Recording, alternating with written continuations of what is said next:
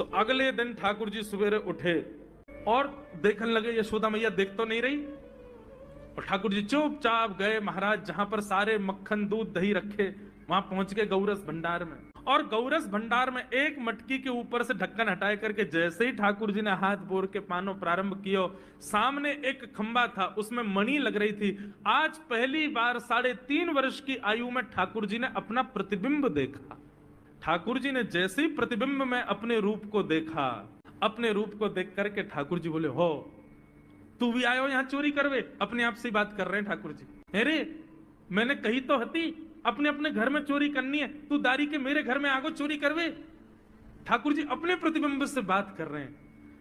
अब गौरस भंडार में ठाकुर जी की आवाज गूंज रही थी और वो गूंजते हुए रसोई घर में जा रही थी। रसोई में मैया ने सुनी, बोले ये लाला कहां से बोल लो है?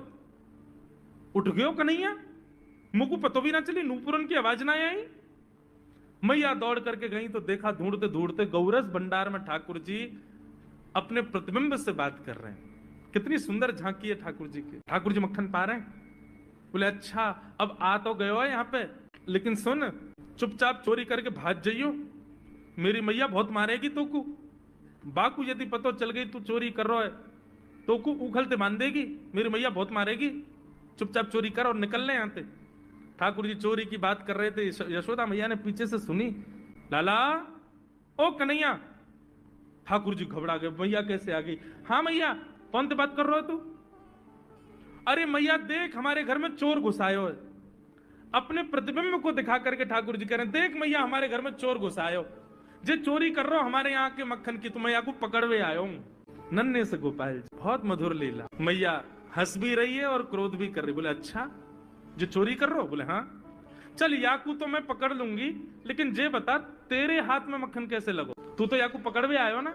अब मैया याकी मैं कहा बताऊं, तेने मेरे हाथ में पद्म राग के ऐसे ऐसे बढ़िया कंगन पहना रखे हैं, कड़ूला पहना रखे हैं सोने के। जब मैं धूप में निकलूं ना तो धूप की किरण से मुंह को बहुत जलन है जाए हाथ में।